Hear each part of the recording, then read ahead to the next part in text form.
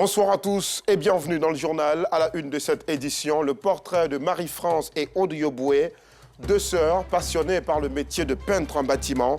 Vous le verrez, elles ont bravé tellement de difficultés et fait face à 1001 propositions indécentes. Mais les sœurs Yoboué tiennent à réaliser leurs rêves, rien que par le travail. Et puis, c'est officiel, la France ne compte plus aucun militaire en Centrafrique. Les 47 derniers soldats français déployés dans le pays sont partis aujourd'hui même en retrait décidé par Paris face au rôle grandissant du groupe paramilitaire russe Wagner dans ce pays en guerre civile depuis 2013. Voilà pour le sommaire. Vous faites toujours bien de choisir RTU2 pour vous informer. Tout d'abord, la rubrique de ce jeudi.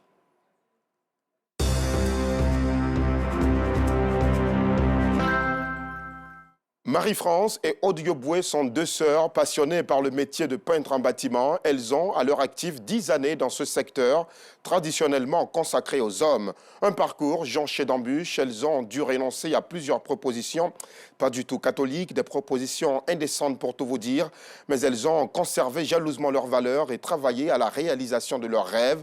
Aujourd'hui, elles veulent s'installer à leur propre compte. Abdelaziz Guira, Anissette Konan-Blessing.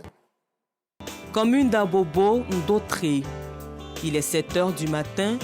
Pour Yoboué, Marie-France et Yoboué Aude, c'est l'heure de prendre le chemin du travail. Papa, bonne journée. Bonne journée. D'accord. Que Dieu vous accompagne. Amen.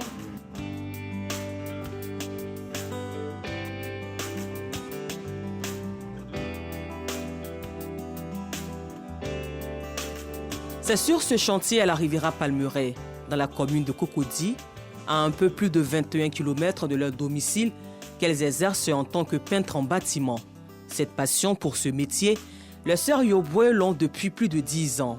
Longtemps attribuée à la jante masculine, la peinture pour bâtiment n'a désormais plus aucun secret pour Marie-France et sa sœur cadette. J'étais avec elle et puis on a vu un homme étant en train de peindre. On s'est posé la question, ma sœur, est-ce qu'on ne peut pas faire ça là? Que dans la vie, vouloir c'est pouvoir. On est allé voir quelqu'un. Il a dit si c'est dans ça qu'on a appris à faire. Il n'y a pas à faire de dire que métier d'homme, tout métier femme peut faire. Le bâtiment m'a fait connaître beaucoup de choses. Aujourd'hui, mon travail, je ne joue pas avec. Quand je tire l'enduit, moi, je suis fière de mon enduit. Quand je fais le jointage, je suis fière de mon jointage. Quand je fais aussi ma peinture, je suis fière. Le métier de peintre en bâtiment leur a permis de voyager partout en Côte d'Ivoire et même à l'extérieur du pays. J'ai travaillé à la BAD, j'ai fait l'Ivoire, j'ai fait le lycée Dominique Ouattara de Congo, j'ai fait un préfecture de Katiola, j'ai travaillé dans la maison de la première dame du Congo. On a travaillé un peu partout, on a bien fait le travail. Ce parcours ne s'est pas fait sans difficulté. Elles ont reçu plusieurs propositions indécentes. On a de l'expérience, mais on n'arrive pas à voir des grands marchés. Aujourd'hui, quand on veut te donner des marchés pour venir travailler, on te dit non, je vais te donner un marché. Après le marché là, on va où après? Nous, on ne veut pas ça. On connaît notre travail. Raison pour laquelle souvent on fait un mois à la maison. Parce que tu ne peux pas te donner aux hommes pour des marchés parce que tu connais ton travail.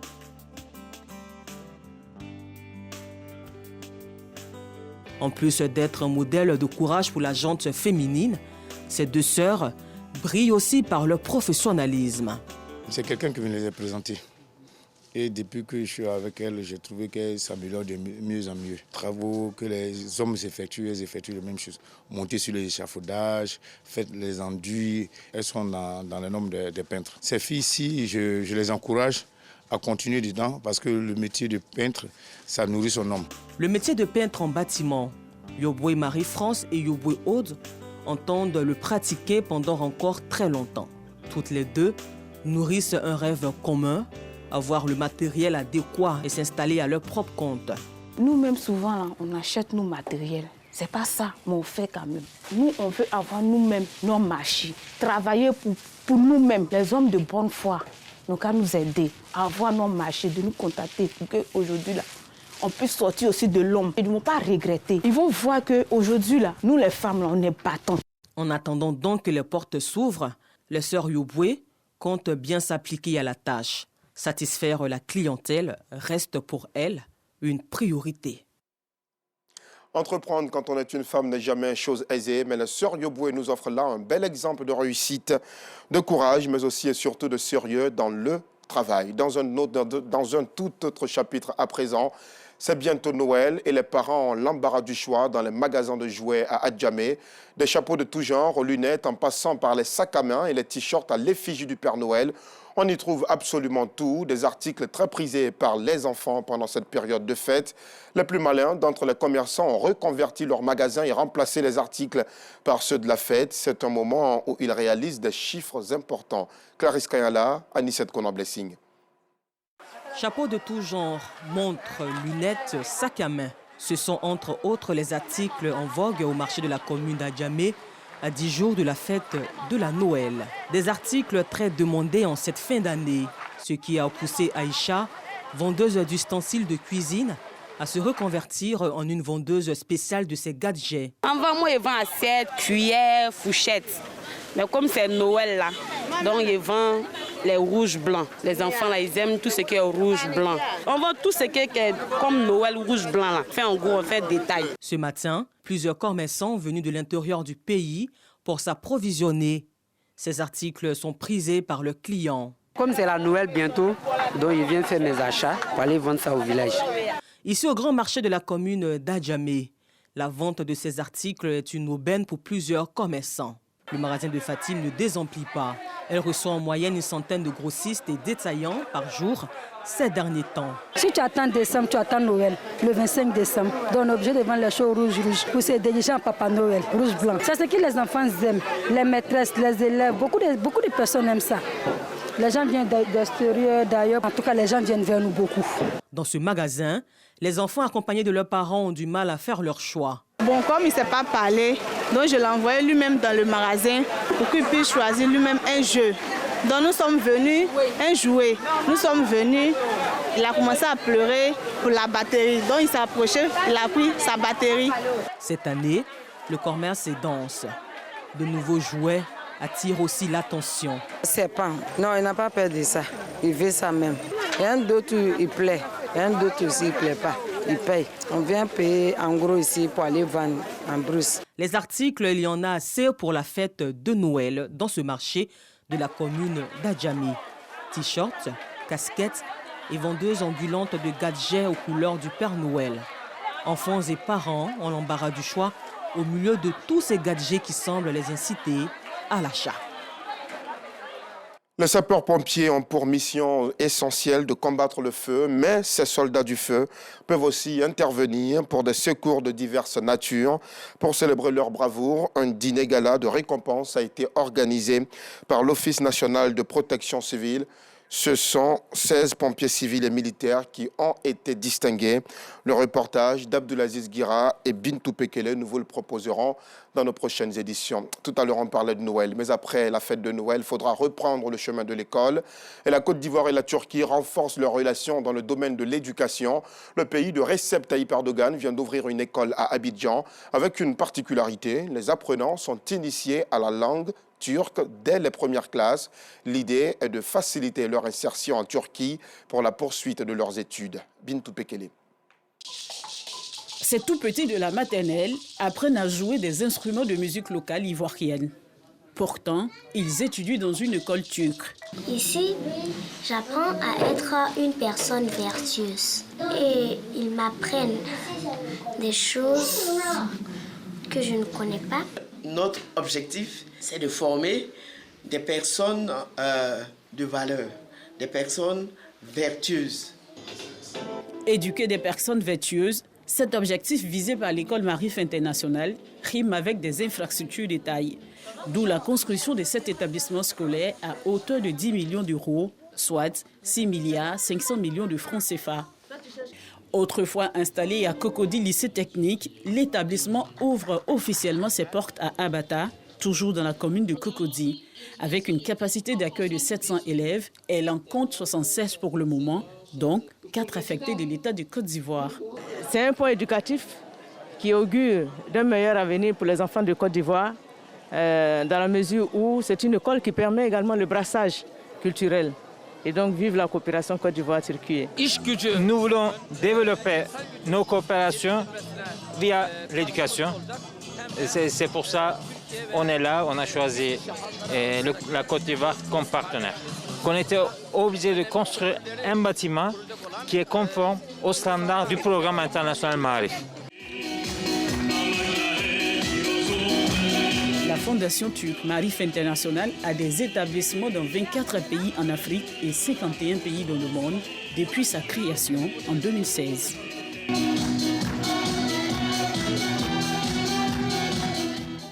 Revenons au chapitre consacré aux fêtes de fin d'année. Noël, c'est dans 10 jours et vous êtes plusieurs parents à devoir respecter la tradition d'offrir des cadeaux à vos enfants. Mais que représentent réellement ces présents pour les tout-petits? Ont-ils un impact sur ces enfants et notamment sur leur évolution? Dans ce reportage de Yacouba Koulibaly, vous entendrez l'avis d'un sociologue.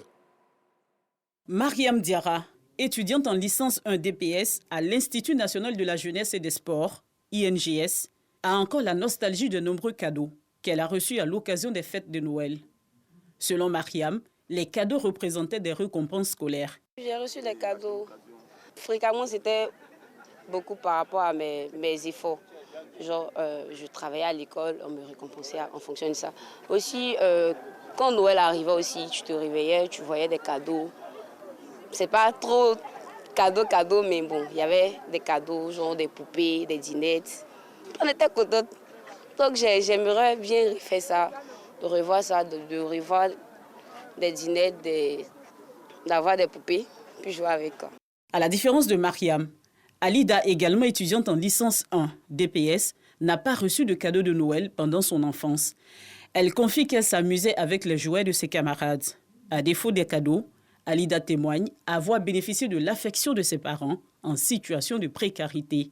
Je n'ai pas reçu de cadeaux de Noël pendant les fêtes de Noël quand j'étais petite parce que les parents n'arrivaient pas trop à joindre les deux bouts. Donc c'était un peu difficile à la maison. Mais mon papa faisait l'effort de ramener quelque chose à la maison pendant les fêtes pour qu'on soit heureux ou heureuse, si on veut dire. Pour moi, ça ne m'a pas beaucoup dérangé parce que je sais que mon papa, s'il l'avait, il allait faire encore plus. Autre commune, autre point de vue.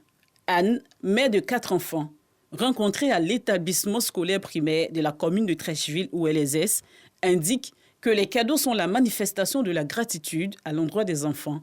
Le cadeau de Noël est spécial et représente plusieurs symboles. Le cadeau, on peut l'offrir pour encourager un enfant, pour l'encourager, pour ses efforts et tout. Mais aussi, on peut l'offrir pour un enfant qui a des difficultés. On peut aussi lui donner un cadeau pour dire que non, tu n'es pas seul, vas-y, ça peut aller. Non, le cadeau, à tout moment, on ne doit pas offrir seulement le cadeau aux enfants qui sont meilleurs. À chaque enfant, il y a un dépôt. Donc le cadeau se donne pour non seulement féliciter un enfant, mais aussi pour l'encourager. Marie-Valérie, une élève de primaire, nous livre les sentiments qui l'animent quand elle reçoit un cadeau de Noël.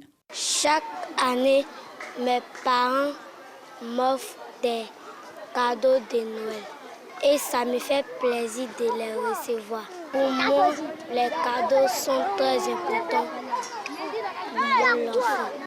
À la question de savoir l'impact des cadeaux sur les enfants, professeur Galabi, sociologue, éclaire notre lanterne. Il y a des cadeaux qui ne sont pas valorisants. Vous savez, pour une nation qui a peut-être connu la guerre, les crises, si vous offrez des pistolets, on n'en veut pas.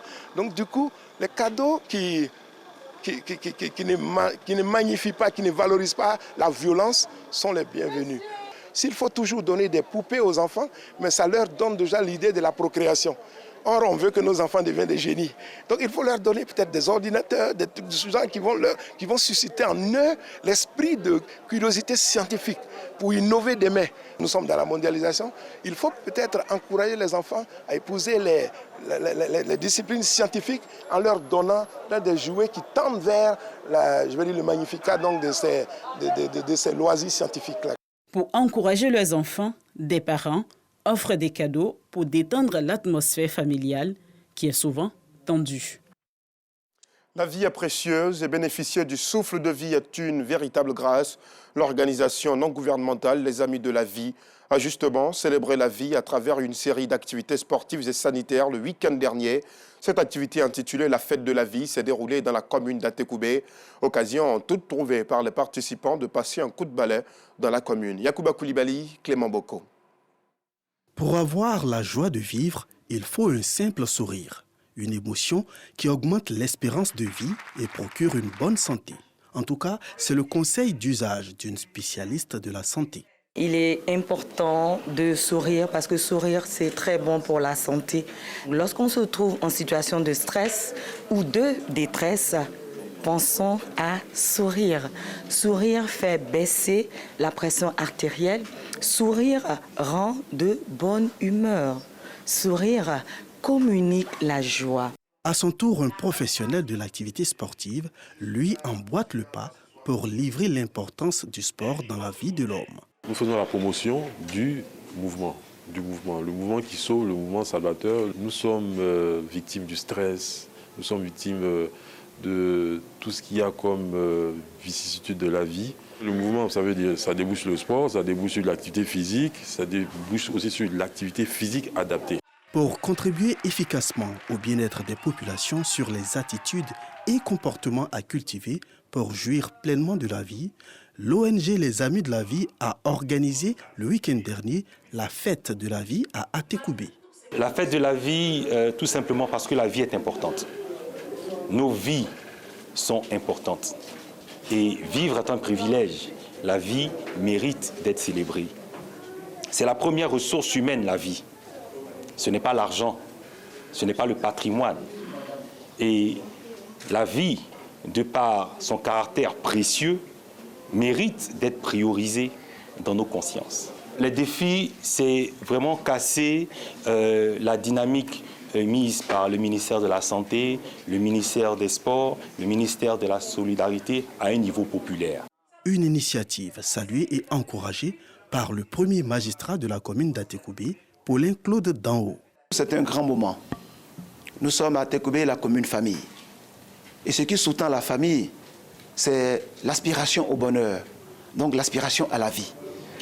Avoir l'opportunité donc pendant une semaine, avec les amis de la vie, avoir l'opportunité donc de célébrer la vie, de partager les grands moments de bonheur et de vie, c'est une belle opportunité pour la commune famille d'Atekoubé.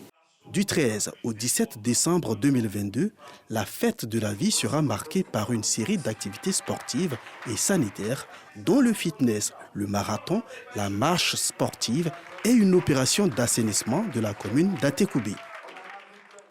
Dans l'actualité sportive, la lutte contre l'immigration clandestine des jeunes footballeurs était au centre de la 8e édition du tournoi international du district d'Abidjan.